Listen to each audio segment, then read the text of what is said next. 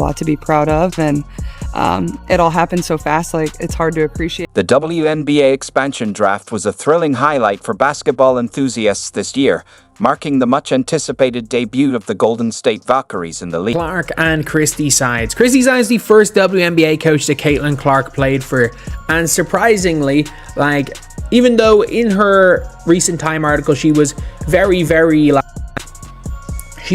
positive around WNBA coaches in general. She was very positive around how good the quality of coaching was in the WNBA, but she took a not so subtle jab at Caitlin Clark, or is it not Caitlin Clark? Jesus, at Christie Sides today. Recognizes the monster impact Clark had on basketball, saying good luck naming another athlete who altered the trajectory of their entire team sport within 5 months on the job. The WNBA expansion draft brought excitement as the Golden State Valkyries focused on building a balanced and competitive team. Instead of selecting a superstar like Caitlin Clark, they'd opted for veteran center Tammy Bentley, known for her defense and leadership. While Clark remains the face of the Indiana Fever, driving media attention and fan engagement, the Valkyries prioritize team chemistry over individual stardom. Clark's high-usage style demands an offense built around her, which could have disrupted a new franchise's growth. By focusing on versatility and depth, the Valkyries aim to establish a cohesive unit capable of long-term success. Sick that we had lost so many games, and also feeling like we were better than that. The Valkyries' expansion draft strategy focused on defense and versatility, selecting players like Blay, Alana R., and Monique Billings, who offer flexibility across positions. By passing on Caitlin Clark, they avoided limiting their roster's balance, despite her star potential.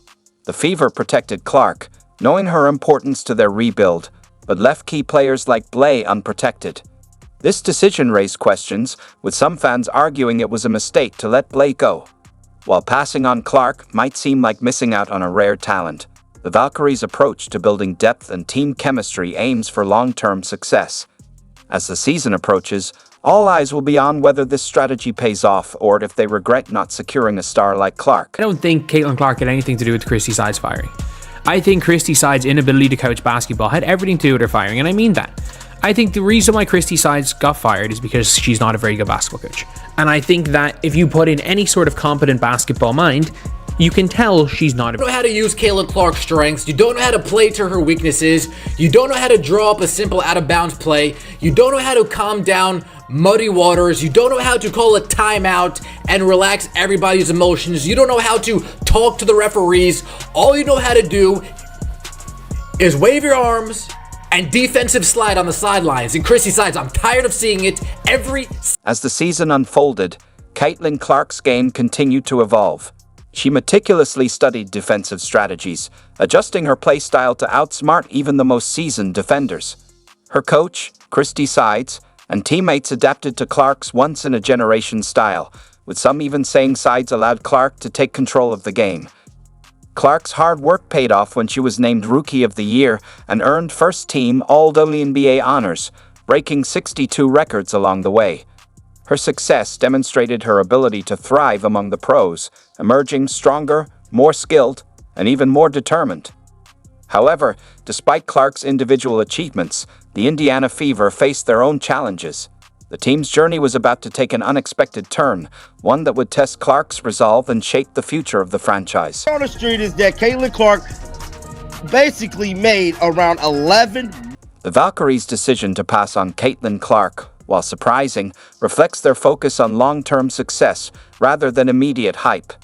Clark's high-usage style could have disrupted the team's balance, forcing them to build around her and sacrificing depth. While bypassing a talent like Clark is risky, as securing elite players early often sets teams up for success, the Valkyries are betting on developing a well-rounded roster over time. This decision may pay off if they find the right talent in the future, but only time will tell. Ticket price has gone up, say roughly $100. So that right there is looking at $1 million per game. They did release a list of the top earning female athletes, and Caitlin Clark is 10 at 11.1, going to continue to grow and grow and grow. I would be shocked if it's under 15 million. And the fact is, if she didn't get screwed by Nike and got what she was realistically worth, which is probably the 10 mil a year, it could be that could